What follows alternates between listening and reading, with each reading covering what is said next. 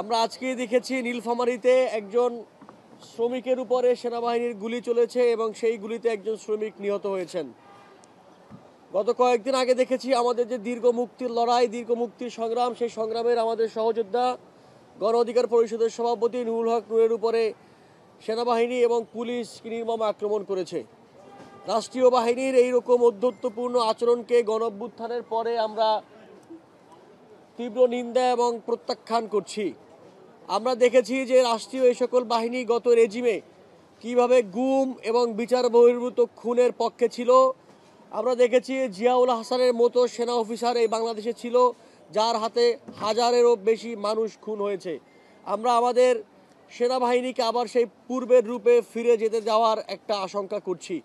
আমরা আজকে শুরু করছি এই কথা দিয়ে, যেই গণ অভ্যুত্থান গত এক বছর আগে সফল হয়েছে, সেই গণ অভ্যুত্থানের যে এসেন্স, সেই এসেন্স থাকবে এবং কোনোভাবেই আমাদের রাষ্ট্রীয় বাহিনীগুলো তাদের পূর্বের চরিত্রে ফিরে যাবে না।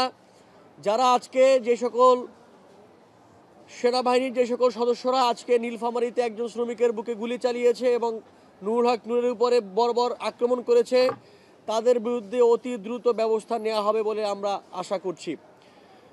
বন্ধুগণ, আমরা গতকাল গভীর উদ্বেগের সঙ্গে লক্ষ্য করেছি যে ডাকসু নির্বাচন যখন একদমই কাছাকাছি, প্রার্থীরা তাদের প্রচারণার কার্যক্রম চালাচ্ছেন, ভোটাররা উৎসাহের সহিত ভোটের দিনের জন্য, ইলেকশনের দিনের জন্য অপেক্ষা করছেন, ঠিক সেই মুহূর্তে আমরা দেখেছি একজন প্রার্থীর প্রার্থিতা বৈধ নাকি অবৈধ সেই রিটের মাধ্যমে পুরো নির্বাচনকে বানচাল করা একটা ষড়যন্ত্র আমরা গতকালকে লক্ষ্য করেছি। এবং আমরা দেখেছি যে ঢাকা বিশ্ববিদ্যালয়ের শিক্ষার্থীরা কি উৎসাহ এবং উদ্দীপনার সহিত সেই যে রায়, সেই রায়ের বিপক্ষে রাস্তায় নেমে এসেছেন। অতঃপর চেম্বার জজ সেই রায়টি স্থগিত করেছেন। আজ সেই রায় আবার পুনরায় হবার কথা। আমরা এখনো জানি না সেটি কী হবে। আমরা বিচার বিভাগের প্রতি আশা রাখি তারা ছাত্রদের যে গণতান্ত্রিক অধিকার, সেই অধিকারে কোনোরূপ হস্তক্ষেপ করবেন না। যেমনটি গতকাল আমাদের ভিপি পদপ্রার্থী ৯ দফার ঘোষক আব্দুল কাদের বলেছেন, ডাকসুর সিদ্ধান্ত ঢাকা বিশ্ববিদ্যালয়ের মাটি থেকে হবে, ডাকসুর সিদ্ধান্ত হাইকোর্ট থেকে হবে না। একই কথা আজকে আমরা আবারও বিচার বিভাগকে স্মরণ করাই দিতে চাই, ডাকসুর সিদ্ধান্ত ঢাকা বিশ্ববিদ্যালয়ের মাটি থেকে হবে। আপনারা ডাকসুকে হাইকোর্ট দেখানোর চেষ্টা করবেন না।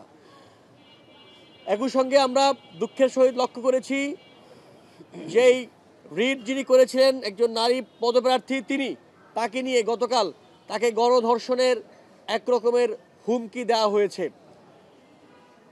তাকে পলিটিক্যালি এবং লিগালি ডিল না করে একজন নারীকে গণধর্ষণের মতো হুমকি দেওয়া জঘন্য রকমের বাজে কাজ। এবং তিনি লিগালি বাংলাদেশে যে অধিকার রাখেন, সেই অধিকারকে হরণ করা, তার যে পলিটিক্যাল রাইট আছে সেই রাইটকে হরণ করা। একই সঙ্গে আমরা দেখছি বিভিন্ন প্যানেলের নারী নেত্রীদেরকে নিয়ে একই রকমের বাজে স্লাট শেমিং ফেসবুকে একের পর এক চলছে আমরা দেখছি, এবং সেগুলোও খুবই দুঃখের সহিত, লজ্জার সহিত আমাদের বলতে হবে সেটিও করছেন কোনো কোনো রাজনৈতিক দলের নেতা এবং কর্মীরা। আমরা যেমন করে নারীদের জন্য একটি কমফোর্টেবল পলিটিক্যাল স্পেস তৈরি করতে চাই, একই সঙ্গে একটি সুষ্ঠু নির্বাচন, একটি সুন্দর শান্তিপূর্ণ নির্বাচন উপহার দেওয়ার জন্য যে সকল নারী প্রার্থী এবং ভোটাররা রয়েছেন তাদেরকে একটি কমফোর্টেবল স্পেস দেওয়াটা আমাদের জন্য অতীব জরুরি। আমরা দেখেছি গতকাল যেই ব্যক্তি সার্জেন্ট জহুরুল হক হলের যেই শিক্ষার্থী, সেই নারী প্রার্থী ফাহমিদাকে গণধর্ষণের হুমকি দিয়েছেন, তার ফেসবুক প্রোফাইল ঘেটে আমরা একটি নির্দিষ্ট রাজনৈতিক ছাত্র সংগঠনের সঙ্গে কিছু সংশ্লিষ্টতা পেয়েছি। তারা সেটি প্রত্যাখ্যান করেছেন। প্রত্যাখ্যান করলেও একটি প্রশ্ন থেকে যায়, যেই প্রশ্নটি বিগত এক বছর ধরে আমরা নানা সময় আলোচনা করেছি। ইসলামী ছাত্র শিবির কখনোই পরিষ্কার করেননি ঢাকা বিশ্ববিদ্যালয়ে কিংবা ঢাকা বিশ্ববিদ্যালয়ের 18টি হলে তাদের কতজন নেতাকর্মী রয়েছেন এবং তারা কারা। যখন তারা এটি পরিষ্কার করেন না এবং কোন একজন ব্যক্তির ফেসবুক প্রোফাইল ঘেটে আমরা সেই দলটির নানা সমর্থনমূলক কার্যক্রম দেখতে পাই, তখন আমাদের ধারণা করতে হয় সেই ব্যক্তির ইসলামী ছাত্র শিবিরের কর্মী। যদি ইসলামী ছাত্র শিবির প্রকাশ করতো শহীদ সার্জেন্ট জহুরুল হক, তাদের কর্মী কারা, তাদের সমর্থক কারা, তাদের সদস্য কারা, যদি তারা সেটি প্রকাশ করতেন তাহলে আমরা এই সন্দেহটি আর করতাম না। এই যে রাজনীতিতে অনাস্থা ইসলামী ছাত্র শিবির গত এক বছর ধরে প্রতিষ্ঠা করেছে, সেই অনাস্থার বলে আজকে আমাদের এই কথাটি বলতে আমরা বাধ্য হচ্ছি। বন্ধুগণ, এই যে নানাভাবে নারী প্রার্থী এবং ভোটারদের নিয়ে স্লাট শেমিং চলছে, আমরা তার ঘোর বিরোধিতা করি। আজকের এই সংবাদ সম্মেলনের এই বিষয়গুলো নিয়ে এখন কথা বলবেন বৈষম্য বিরোধী শিক্ষার্থী সংসদ প্যানেলের সহ সাধারণ সম্পাদক এজিএস পদপ্রার্থী ঢাকা বিশ্ববিদ্যালয়ের নারী নেত্রী আশরাফা খাতুন। কথা বলছেন আশরাফা খাতুন। আসসালামু আলাইকুম।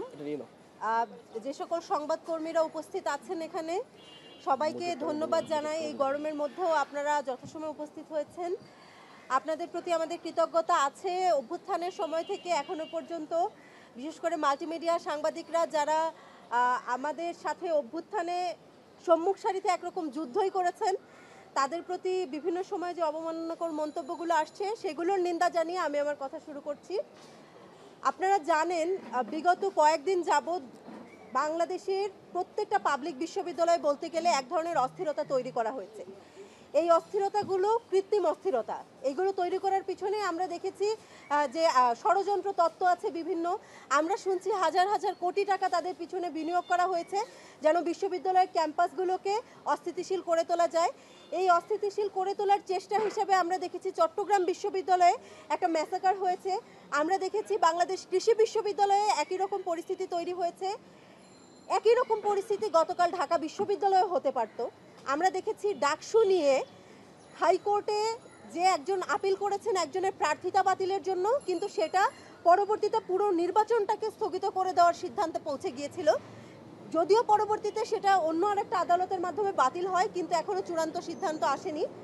আমরা আশা করছি যেই সিদ্ধান্ত আসবে, চূড়ান্ত রায় বা চূড়ান্ত সিদ্ধান্ত, সেটা শিক্ষার্থীদের পক্ষে যাবে, সেটা ঢাকা বিশ্ববিদ্যালয়ের শিক্ষার্থীরা কী চায় তার পক্ষে যাবে।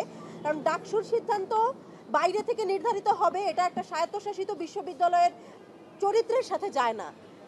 আমরা একই সাথে লক্ষ্য করেছি অভ্যুত্থান পরবর্তী সময়ে আমরা যারা নারীরা সামনে এসেছিলাম, আমরা যারা আগেও ছিলাম, আমরা যারা অভ্যুত্থান পরবর্তী সময়ে কথা বলেছি, অভ্যুত্থান পরবর্তী সময়ে অনেক নতুন করে নারীরা রাজনীতির ব্যাপারে সচেতন হয়েছেন, সামনে এসে নিজেদের অধিকার আদায়ের জন্য কথা বলছেন, তাদেরকে নানাভাবে হেনস্থা করা হয়েছে। ডাকসুর যখন এসেছে, ডাকসুর যখন আভাস আমরা পেয়েছি, আমাদের কাছে মনে হয়েছে যে নারীদের জন্য একটা কমফোর্টেবল পরিবেশ আমরা সৃষ্টি করতে পারবো এবং ডাকসুর মাধ্যমে সুন্দর একটা ক্যাম্পাস আমরা পাবো, নারীদের জন্য একটা সহনশীল ক্যাম্পাস পাবো। এই আশা নিয়ে বেশ ভালো সংখ্যক নারীরা কিন্তু প্রতিদ্বন্দ্বিতা করার সিদ্ধান্ত নিয়েছেন। কেন্দ্রীয় সংসদ সহ হল সংসদে অনেক নারীরা প্রতিদ্বন্দ্বিতা করছেন, কিন্তু দুঃখজনক হলেও সত্য যে এই সকল নারীকে সামাজিক বিভিন্ন প্রতিবন্ধকতার পাশাপাশি মানসিকভাবে হেনস্থা করা হচ্ছে। সেই হেনস্থাটা করা হচ্ছে কিভাবে? স্লাট শেমিং থেকে শুরু করে রেপ থ্রেট দেওয়া হচ্ছে তাদেরকে। আমরা দেখেছি গতদিন বিএম ফাহমিদা আলম নামে একজন যে রিট করেছিলেন, তার রিটের পিছনে কোনো রাজনৈতিক উদ্দেশ্য আছে কিনা সেটা আমরা দেখতে চাই। আমরা দেখতে চাই সে কার মদদে এটা করেছে, তার যে রাজনৈতিক যে স্ট্যান্ড সেটাকে আমরা রাজনৈতিকভাবেই প্রতিদ্বন্দ্বিতা করতে চাই, তাদের প্রতিবাদ করতে চাই। আমরা প্রতিবাদও রাজনৈতিকভাবেই করেছি, আমরা কালকে মিছিল করেছি, আমরা সংবাদ সম্মেলনও করেছি, কিন্তু উদ্বেগের সঙ্গে লক্ষ্য করেছি যে এই রাজনৈতিক একটা মতবাদকে রাজনীতি দিয়ে মানে এখানে প্রতিবাদ না করে তাকে প্রতিহত করার বা তার বিরুদ্ধে কথা বলার একমাত্র মাধ্যম হিসাবে বেছে নেওয়া হয়েছে তাকে গণধর্ষণের জন্য তার দিকে পদযাত্রা, এরকম শব্দ আমরা দেখেছি এবং এই শব্দ চয়ন করেছে এই বিশ্ববিদ্যালয়ের একজন ছাত্র। আমি জানি না বাংলাদেশ বাদে অন্য কোনো দেশে এখনো পর্যন্ত ওই আইন আছে কিনা যে গণধর্ষণের হুমকি দেওয়ার পরেও একটা বিশ্ববিদ্যালয়ের ছাত্র সে এখনো ছাত্র হিসাবে এই জায়গায় বহাল আছে। এটা একমাত্র বাংলাদেশেই সম্ভব যে ঢাকা বিশ্ববিদ্যালয়ের মতো শতবর্ষী একটা বিশ্ববিদ্যালয় যেখানে 46% নারী শিক্ষার্থী আছে, যেখানে ডাকসুতে এখনো পর্যন্ত নারী শিক্ষার্থীরা মানে প্রতিদ্বন্দ্বিতা করতে অগ্রগামী, সেখানে একজন নারী শিক্ষার্থীকে গণধর্ষণের হুমকি দেওয়ার পরেও প্রশাসন কোনো ব্যবস্থা নেয় নাই এবং তার যে রাজনৈতিক সংশ্লিষ্টতা পাওয়া গেছে অস্বীকার করে দেওয়া হয়েছে। খুব ক্লিয়ারলি বলা হয়েছে সে ওই রাজনৈতিক দলের না। আমরা বারবার যখন বলেছি, শিবিরকে আমরা বারবার আহ্বান জানিয়েছি, আপনারা আপনাদের যে কমিটি আছে হলগুলোতে যে মানুষরা আপনাদের জন্য কাজ করে তাদের যে তালিকা আছে সেই তালিকাটা আপনারা স্পষ্টভাবে উপস্থাপন করেন আমাদের কাছে, শিক্ষার্থীদের জানান আপনাদের জন্য কারা কাজ করে, কিন্তু তারা বারবার এটাকে ডিনাই করেছে, তারা এগুলো সামনে আনেনি, নামগুলো সামনে আনেনি এবং এর পিছনে তাদের কি রাজনীতি আছে জানি না। যখনই কোনো কিছু, কোনো একটা তীর তাদের দিকে ঘুরে যায়, তাদের বিরুদ্ধে চলে যায়, ওই মানুষটা দীর্ঘদিন যাবৎ তাদের সাথে সংশ্লিষ্টতা থাকলেও তাকে ডিনাই করে দেওয়া হয় যে সে আমার দলের না। এইভাবে একটা বিশ্ববিদ্যালয়ের সুস্থ রাজনৈতিক চর্চা কখনো চলতে পারে না। আমরা যে সুস্থ রাজনৈতিক চর্চার কথা বলি, সেখানে সবাই সবার মতাদর্শকে যেন স্পষ্টভাবে প্রকাশ্যভাবে প্রকাশ করতে পারে। এই ক্যাম্পাসের জন্যই 24-এর অভ্যুত্থান হয়েছে। 24-এর অভ্যুত্থানের পরবর্তী সময়ে এসে এইভাবে লুকোচুরি করে রাজনৈতিক পরিস্থিতিকে অস্থিতিশীল করার কোনো কারণ আমরা দেখি না। আমরা চাই সবাই প্রকাশ্যে এসে রাজনীতি করুন, সবাই সবার মতাদর্শকে তুলে ধরুন। শিক্ষার্থীদের যার মতাদর্শ পছন্দ হবে তার দলে যাবে, যার পছন্দ হবে না সে তার দলে যাবে না। কিন্তু এই ধরনের নোংরামি এভাবে চলতে পারে না। ডাকসুকে কেন্দ্র করে আর কোনো ধরনের অস্থিতিশীলতা তৈরি হোক, এটা আমরা চাই না। আমরা চাই এই অভ্যুত্থানের পরবর্তী সময় যে ডাকসু হচ্ছে, সেই ডাকসুকে কোনোভাবেই যেন প্রতিবন্ধকতা দিয়ে বন্ধ করে দেওয়া না হয়। আমরা চাই ডাকসু হবে এবং ডাকসুর পরিবেশ যেন স্থিতিশীল থাকে, ডাকসুর পরিবেশ যেন সহনশীল থাকে, ডাকসুর প্রার্থীরা যেন সহনশীলতার চর্চা করে। আমরা এই ধরনের ডাকসু চাচ্ছি এবং ডাকসুর পরবর্তীতেও যেন এই চর্চাটা অব্যাহত থাকে, এটাই প্রত্যাশা থাকবে সবার প্রতি। আজকে আমি আমার কথা শেষ করছি এবং শেষ করার আগে একটাই অনুরোধ জানাবো সবার প্রতি, নারীর প্রতি যে সহনশীলতা সেইটার চর্চা করা উচিত এবং নারীর রাজনৈতিক মতবাদ, সেই রাজনৈতিক মতবাদকে রাজনৈতিক মতবাদ দিয়ে আপনারা প্রতিহত করুন, রাজনৈতিক মতবাদ দিয়ে প্রতিবাদ করুন। নারীকে প্রতিহত করার জন্য তাকে সেক্সুয়ালি হ্যারাস করার কোনো দরকার নাই। আমার রাজনৈতিক মতাদর্শকে আপনারা রাজনৈতিক মতাদর্শ দিয়ে সেটার বিরোধিতা করবেন, এইটুকুই আশা থাকবে সবার প্রতি। ধন্যবাদ। বন্ধুগণ, আমরা একটা এমন বিশ্ববিদ্যালয়ের এমন একটি ক্যাম্পাসের স্বপ্ন দেখি যেখানে একজন নারী বোরকা হিজাব পরেও নিরাপদ থাকবেন, একজন নারী থ্রি পিস পরেও তিনি নিরাপদ থাকবেন, একজন নারী যে কোনো পোশাক পরে নিরাপদ থাকবেন। আমরা এইরকম একটি বিশ্ববিদ্যালয়ের স্বপ্ন দেখি। আমরা যেমন করে এরকম স্লাট শেমিং দেখছি, একই রকম আমরা জানি ঢাকা বিশ্ববিদ্যালয়ে দীর্ঘ সময় ধরে বোরকা হিজাব পরা নারীদেরকে এমনকি বিশ্ববিদ্যালয়ের ক্লাসে কোনো শিক্ষক হেনস্থা করেছেন, এমন নজিরও এই ক্যাম্পাসে আছে। সুতরাং আবার একই সঙ্গে গতকাল আমরা একজন নারীকে গণধর্ষণের মতো হুমকিও দেখেছি। আমরা এমন একটি ক্যাম্পাসের স্বপ্ন দেখি যেখানে ওইরকম শিক্ষক তিনি ক্লাসে হিজাব পরার জন্য কাউকে হেনস্থা করবেন না, কিংবা একজন নারীকে এভাবে গণধর্ষণের হুমকি দেওয়া হবে না তার কোনো পলিটিক্যাল কিংবা লিগ্যাল পজিশনের জন্য। আমাদের আজকের সংবাদ সম্মেলনের মূল বক্তব্য এখন উপস্থাপন করবেন জুলাই গণ অভ্যুত্থানের অন্যতম নায়ক, 9 দফার ঘোষক, বাংলাদেশ গণতান্ত্রিক ছাত্র সংসদ ঢাকা বিশ্ববিদ্যালয় সংসদের সংগ্রামী আহ্বায়ক, বৈষম্য বিরোধী শিক্ষার্থী সংসদ প্যানেলের ভিপি পদপ্রার্থী, ঢাকা বিশ্ববিদ্যালয়ের মাটি কামড়ে পড়ে থাকা ছাত্রনেতা জনাব আব্দুল কাদের। বক্তব্য রাখছেন আব্দুল কাদের। আসসালামু আলাইকুম। আমার সামনে উপস্থিত সাংবাদিক বিন্দুদেরকে শ্রদ্ধা এবং কৃতজ্ঞতা জানাই, যারা জুলাই গণ অভ্যুত্থান এবং অভ্যুত্থান পরবর্তীতে আমাদের পাশে থেকে আমাদের কণ্ঠস্বরকে জাতির কাছে তুলে ধরেছেন, বিশ্বের কাছে তুলে ধরেছেন। আপনাদের প্রতি কৃতজ্ঞতা জানাই। প্রিয় উপস্থিত, আপনারা জানেন যে ঢাকা বিশ্ববিদ্যালয়ে 1 বছর পার হয়ে যাওয়ার পরে, গণ অভ্যুত্থানের 1 বছর পার হয়ে যাওয়ার পরে ডাকসু নির্বাচন কেন্দ্রিক দৃশ্যমান পদক্ষেপ হচ্ছে। সেই পদক্ষেপ নিয়েও নানান রকম ষড়যন্ত্র হচ্ছে। সেই ষড়যন্ত্র উতরিয়ে আমরা আমাদের প্রচারণা কার্যক্রম চালিয়ে যাচ্ছি। আমি শুরুতে আমাদের প্রচারণা কার্যক্রম এবং সেটার পরবর্তী যে স্পিচ সেটা নিয়ে আমি কথাবার্তা বলবো। আমরা আজকে কলাভবন এরিয়ায় অনাবাসিক শিক্ষার্থীদের সাথে এবং আমাদের লাইব্রেরি এরিয়ায় আমরা অনাবাসিক শিক্ষার্থীর সাথে আমরা কথাবার্তা বলেছি। সবাই একটা বিষয় নিয়ে সন্দিহান যে ডাকসু আদৌ হবে কি না, কিংবা হলেও সেটা পরিবেশটা সুষ্ঠু হবে কি না। সবাই একটা বিষয় নিয়ে কনসার্ন যে নির্বাচন কমিশন আসলে কি করতেছেন, কেন এবার সেনাবাহিনী নিয়োগ হবে, কেন এবার সেনাবাহিনী মোতায়েন করা হবে, আবার কেন এবার ডাকসু মানসার জন্য হাইকোর্ট কেন এবার রিট করে, আবার কেন এবার নির্বাচন কমিশন ডাকসু নির্বাচনের আগে 9 দিন বন্ধ দিয়ে দেন। এটা নিয়ে শিক্ষার্থীরা কনফিউজড। অনেকে বাড়ি চলে যাওয়ার চিন্তা ভাবনাও করতেছেন, অনেকে চিন্তা ভাবনা করছে আমরা হলে থাকবো কিন্তু ভোট দিতে আসবো না। এই যে নানান রকম বিরূপ প্রতিক্রিয়া তৈরি হচ্ছে শিক্ষার্থীদের মধ্যে, আমরা এই বিষয়গুলো নিয়ে আমরা উদ্বিগ্ন। এই জায়গা থেকে আমরা একটা বিষয় কনসার্ন জানাতে চাই নির্বাচন কমিশনের প্রতি, যে আপনারা যে 7, 8, 9 তারিখ, এখন বলছেন 8, 9, 10 তারিখ আপনারা বন্ধ দিয়েছে, কিন্তু 7 তারিখ এর আগে 5, 6 তারিখ শুক্র শনিবার আমাদের মনে হচ্ছে এটা গভীর একটা ষড়যন্ত্র হচ্ছে। শুক্র শনিবার তারপরে আপনি একদিন ক্লাস খোলা রাখলেন, কিন্তু আপনি 9 দিন বন্ধ হয়ে যাচ্ছে। এই 9 দিন বন্ধ হয়ে যাওয়ার কারণে শিক্ষার্থীরা ডাকসুর প্রতি নিরুৎসাহিত হচ্ছে। শুধুমাত্র 9 দিন বন্ধের কারণে না, আপনি একাধারে বন্ধ দিয়ে দিচ্ছেন, একাধারে আবার হচ্ছে হুমকি দামকি কিংবা ত্রাসের একটা সংস্কৃতি কায়েম করার মতো একটা পরিস্থিতি আপনি তৈরি করতেছেন যে সেনাবাহিনী মোতায়েন করে দিবেন। আপনি আবার হচ্ছে নিয়মকানুন দিচ্ছেন, নিয়মকানুনগুলো মানতেছে না, আপনি নিজেই হচ্ছে সেই নিয়মকানুন না মানার কারণে যে প্রার্থীরা মানতেছে না তাদের প্রতি আপনার বিন্দুমাত্র কোনো পদক্ষেপ নেয়। এটাই শিক্ষার্থীদের মধ্যে সন্দেহটা জাগ্রত করছে। এই বিষয়টা আমরা বারবার করে জানিয়ে আসতেছি। প্রিয় সাংবাদিক বন্ধুগণ, আপনারা জানেন এই ডাকসু নিয়ে, আপনি জানেন ডাকসু হচ্ছে গণ অভ্যুত্থানের একটা ফসল। এই ডাকসু গণ অভ্যুত্থানের একটা কমিটমেন্ট। ডাকসু শিক্ষার্থীরা গণ অভ্যুত্থান যদি বলেন, জুলাই কোটা সংস্কার আন্দোলনে ঢাকা বিশ্ববিদ্যালয়ের মাটি থেকে শুরু হয়েছিল, পরবর্তীতে দেশের বিভিন্ন শিক্ষা প্রতিষ্ঠান থেকে কিন্তু আন্দোলন শুরু হয়েছিল। যদি আমি গণ অভ্যুত্থানের অন্যতম স্পিরিট বলি, সেই স্পিরিট হচ্ছে শিক্ষার্থীদের অধিকারের জায়গাটা সমুন্নত রাখা। শিক্ষার্থীদের অধিকারের জায়গাটা সমুন্নত রাখতে হলে অবশ্যই শিক্ষার্থীদের অধিকার আদায়ের যে প্ল্যাটফর্ম সেটাকে আপনার স্টাবলিশ করতে হবে, সেটাকে কার্যকর করতে হবে। কিন্তু আমরা দেখেছি 1 বছর পার হয়ে যাওয়ার পরেও এটা নিয়ে ষড়যন্ত্র এখনও চলমান। সর্বশেষ যে ষড়যন্ত্র সেটা আমরা গতকাল আমাদের মধ্যে দৃশ্যমান হয়েছে।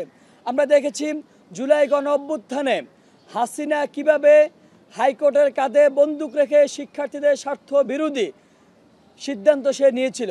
আমরা শুধু বলতে চাই হাইকোর্টকে কিংবা বিচারপতিকে বলতে চাই, কিংবা যারা এই কূটনৈতিক যে কূটচাল তারা চালতে তাদের উদ্দেশ্য করে বলতে চাই যে এই যে ডাকসুর সিদ্ধান্ত সেটা অবশ্যই ঢাকা বিশ্ববিদ্যালয়ের মাটি থেকে আসবে। সেই সিদ্ধান্ত ঢাকা বিশ্ববিদ্যালয়ের শিক্ষার্থীরা নেবে, কারণ শিক্ষার্থীরা জীবন বাজি রেখে আন্দোলন করে পরিস্থিতি চেঞ্জ করেছে। তারা নতুন পরিস্থিতি তারা হাজির করতে চায়, নতুন বন্দোবস্ত শিক্ষার্থীরা হাজির করতে চায়।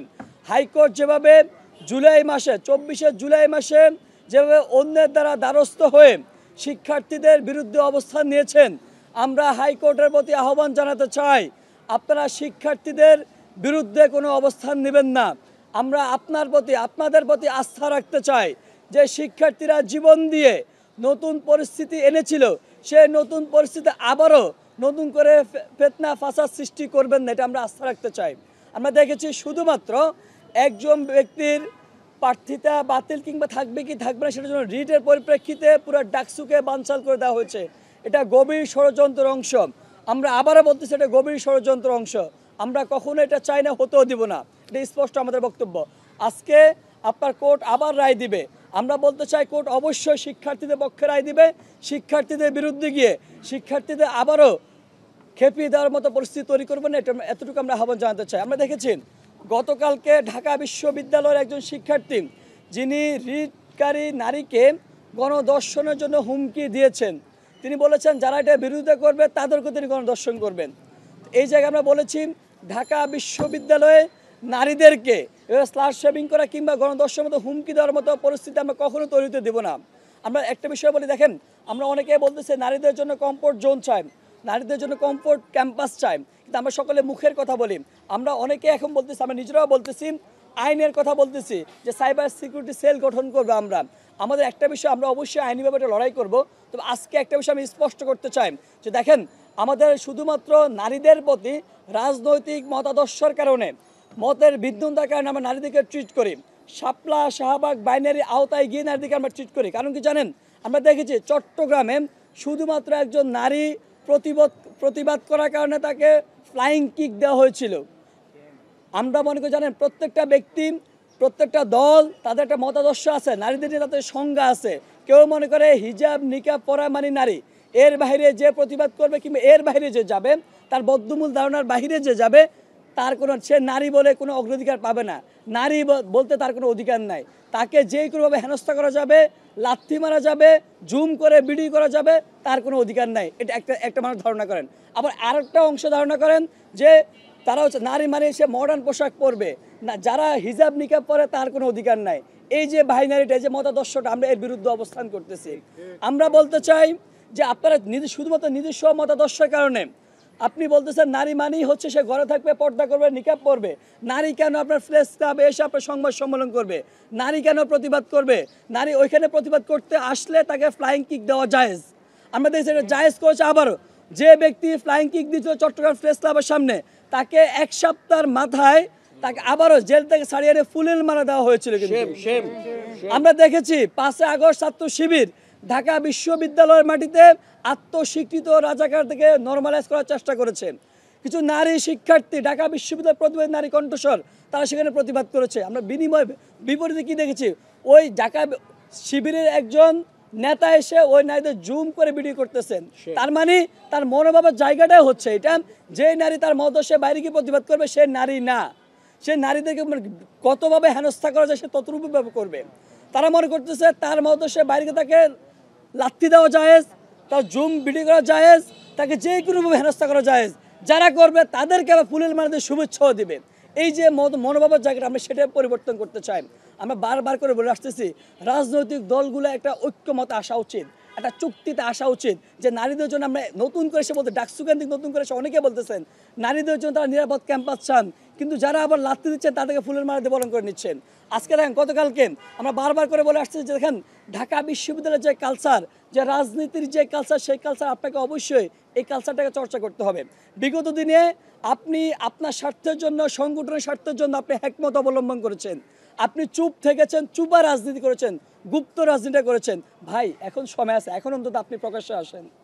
গণ অভ্যুত্থান মানুষজন জীবন দিয়ে আপনাকে সে পরিস্থিতি তৈরি করে দিয়েছে, পরিবেশ তৈরি করে দিয়েছেন, কিন্তু আপনি এখনও যদি মনে করেন যে আমি চুপ থেকে নোংরা রাজনীতি চালিয়ে যাব, যা 1 2 3 4 যখন আপনাকে মানে অতিরিক্ত স্লোগান দেন, অতিরঞ্জিত স্লোগান দেন, নোংরা স্লোগান দেন, তখন সেটা এই রাজ্যের জন্য ক্ষতিকর।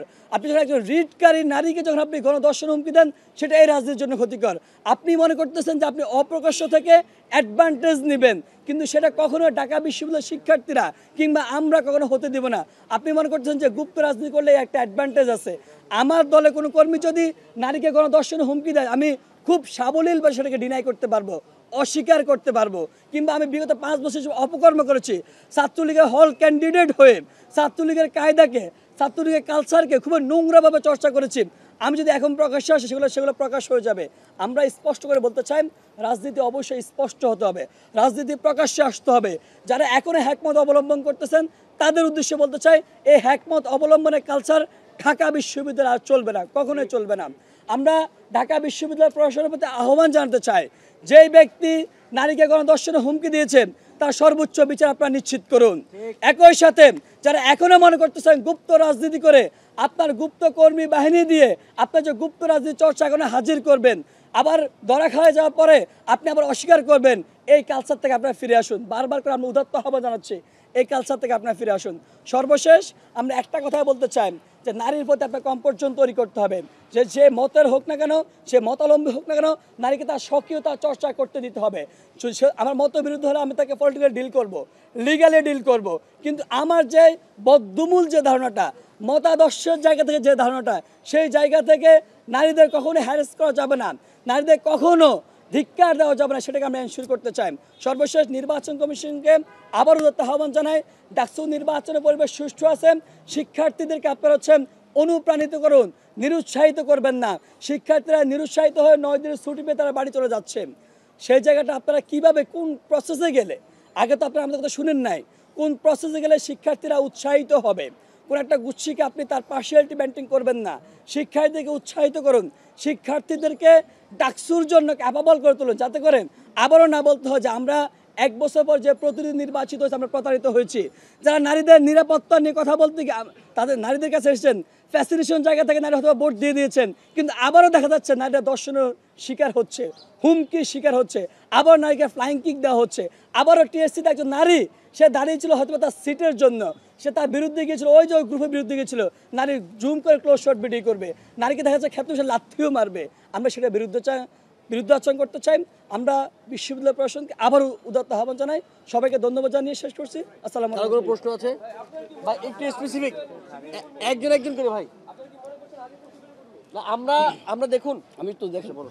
প্রথম কথা হচ্ছে দেখেন, তারা তো গুপ্ত রাজনীতি করে, সেই জায়গায় তারা অস্বীকার করার জন্য তারা এই প্রকাশ্যে আনতেছে না বারবার করে। তাহলে আপনি কি দিয়ে প্রমাণ করবেন? অবশ্যই তারা অফলাইন এবং অনলাইন কর্মকাণ্ড দিয়ে। আপনি দেখেন সে অনলাইনে সরাসরি নিজেকে শিবিরের সমর্থক হিসেবে সে ঘোষণা করেছে। আমরা বারবার করে বলতেছি আপনার হলে কতজন কর্মী আছে, জনশক্তি কতজন আছে, সেগুলো আপনি প্রকাশ করুন। কেন প্রকাশ করতেছেন না? শিবিরের যে সভাপতি বর্তমান ফরহাদ হোসেন তিনি বলতেছেন হলে কারা শিবির করে সেটা সবাই জানেন।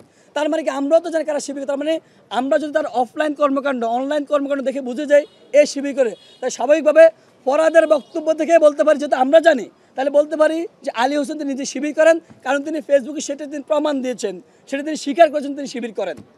ওকে ভাই, এখানে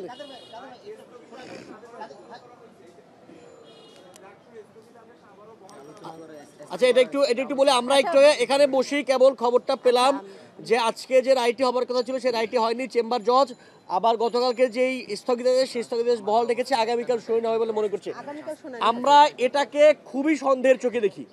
আমরা এই জন্য সন্দেহের চোখে দেখি, আমরা জানি আগামী 4 থেকে 18 তারিখ 18 সেপ্টেম্বর পর্যন্ত কোর্ট বন্ধ থাকবে এবং এই যে আজকে 2 তারিখ কালকে 3 তারিখ এই যে এটাকে বিলম্বিত করা হচ্ছে, এই বিলম্বিত করার মাধ্যমে ডাকসুকে বিলম্বিত করার একটা পায়তারা চলছে।